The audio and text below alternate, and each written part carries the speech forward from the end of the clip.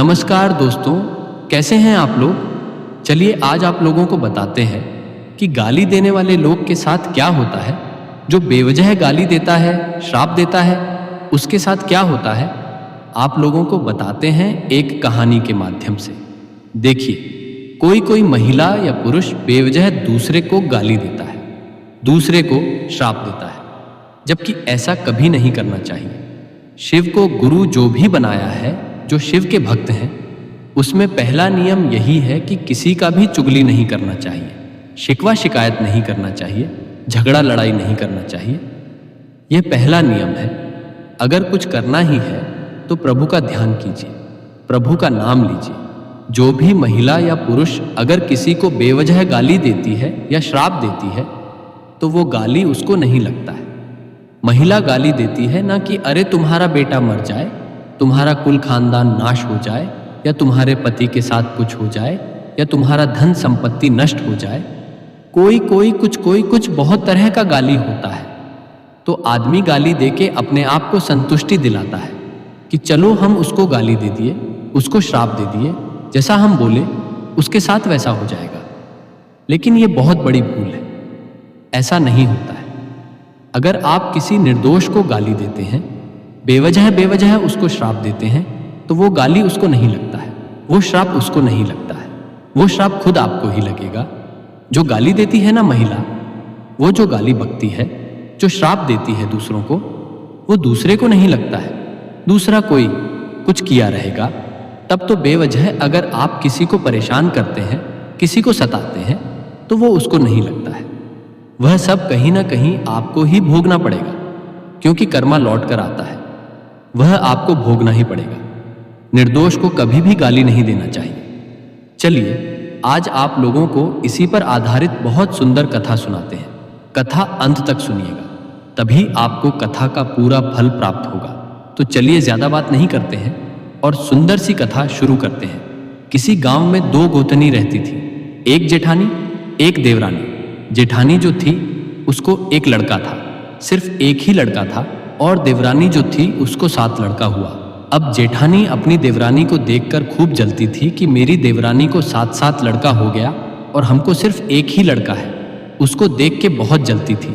अपनी देवरानी को देखकर जेठानी बहुत जलती थी। अब देखिए, देवरानी जो थी वो महादेव जी को अपना गुरु बनाई थी, वो शिव को अपना गुरु बनाई थी। तो वह कभी किसी से लड़ाई झगड़ा नहीं करती थी, कभी किसी का शिकवा शिकायत नहीं करती थी। घर में जेठानी का एक लड़का और देवरानी को 7 लड़का। जेठानी बहाना ढूंढते रहती थी, अपनी देवरानी से झगड़ा करने के लिए बहाना ढूंढते रहती थी, उसको हमेशा श्रापते रहती थी, कोई ना कोई वजह से उसको हमेशा श्रापते रहती थी, उसको गलत बात बोलती थी। अब देखिए, देवरानी को तो 7 लड़का था और उसको एक लड़का था, जेठानी को एक लड़का था।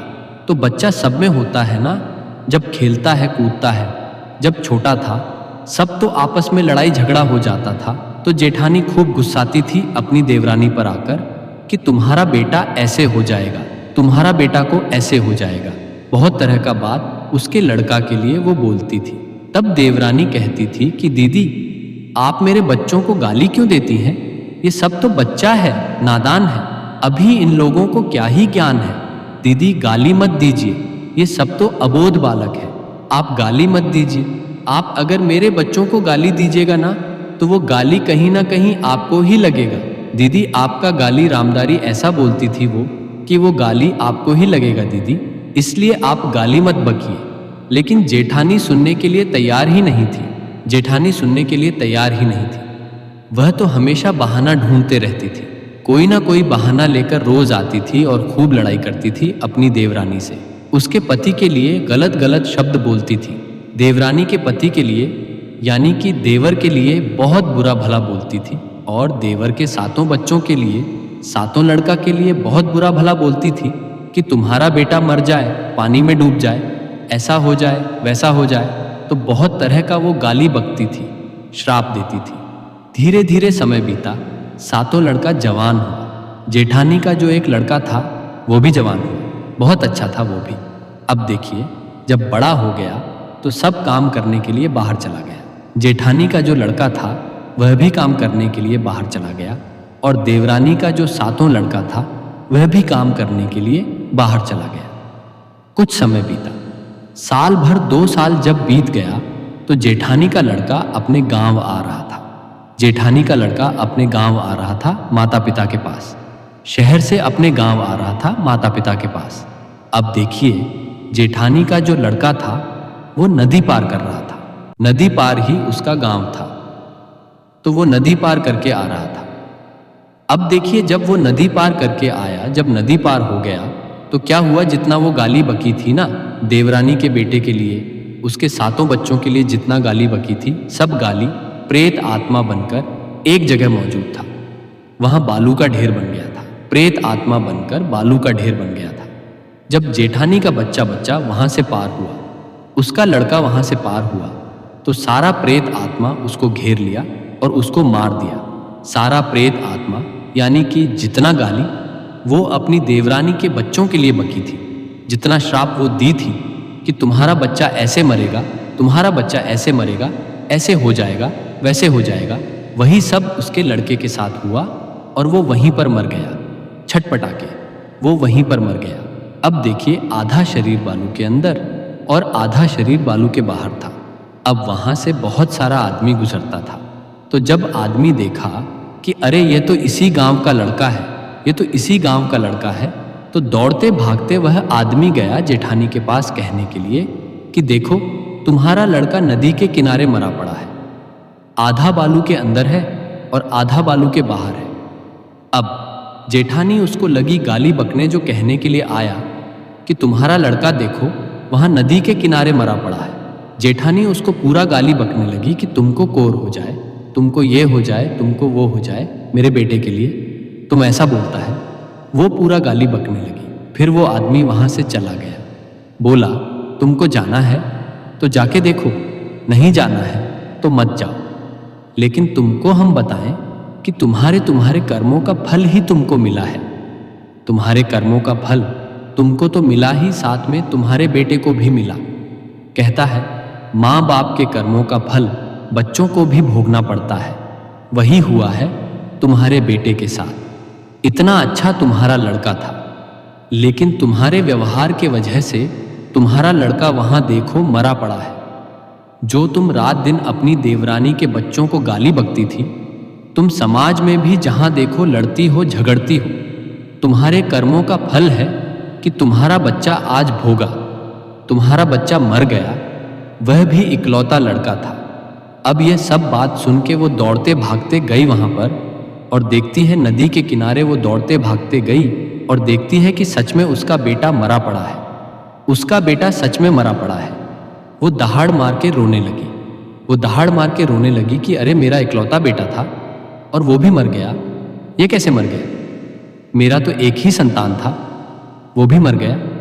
वो पूरा दहाड़ मार मार के रोने लगी। लेकिन अब रोने से क्या हो सकता है? कहता है ना, गांव घर में एक कहावत है कि सांप गया बिल में तो धंसना डंगा के क्या फायदा। मतलब जब सांप बिल में घुस गया तो कितना भी ढेला मारिए, डंडा मारिए, कुछ कीजिए, सांप तो चला गया बिल में। अब आप कुछ नहीं कर सकते हैं। उसी तरह अब उसका बेटा तो मर चुका था, अब क्या हो सकता था?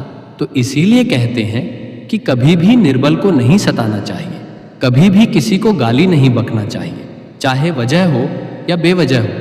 गाली तो कभी नहीं बकना चाहिए, किसी को नहीं श्रापना चाहिए, क्योंकि अगर आप किसी को श्रापते हैं, गाली देते हैं, तो देखिए वो कर्मा लौटकर अपने पास ही आता है, दूसरे के पास नहीं जाता है। कहता है ना कि अकाल मृत्यु वो मरे जो काम करे चंडाल का, और काल भी उसका क्या बिगाड़े जो भक्त हो महाकाल का। तो देवरानी महाकाल की भक्त थी। उसके बच्चों पर कौन आंच दे सकता था? कौन उसका क्या बिगाड़ सकता था? उसको कोई कुछ नहीं कर सकता था, क्योंकि उसकी माँ महाकाल की भक्त थी। अब देवाधिदेव महादेव की जो भक्ति करता है, उसके भक्तों को कौन दुख पहुंचा सकता है? कोई भी दुख उसको नहीं पहुंचा सकता है। जो शिव के भक्त होते हैं, सच्चे भक्त होते हैं, वह कभी किसी की शिकायत नहीं करते हैं, कभी किसी को धोखा नहीं देते हैं, चुगली नहीं करते हैं। वो सिर्फ प्रभु का ध्यान करते हैं। तो चलिए, आशा करते हैं यह कथा आप लोगों को अच्छा लगा होगा। तो सब बोलिए जय महादेव। हर हर महादेव। माता पार्वती की जय। कथा कैसा लगा कमेंट में ज़रूर बताइएगा और चैनल को लाइक शेयर सब्सक्राइब ज़रूर करें ताकि अगली कथा आप लोगों तक पहुँचे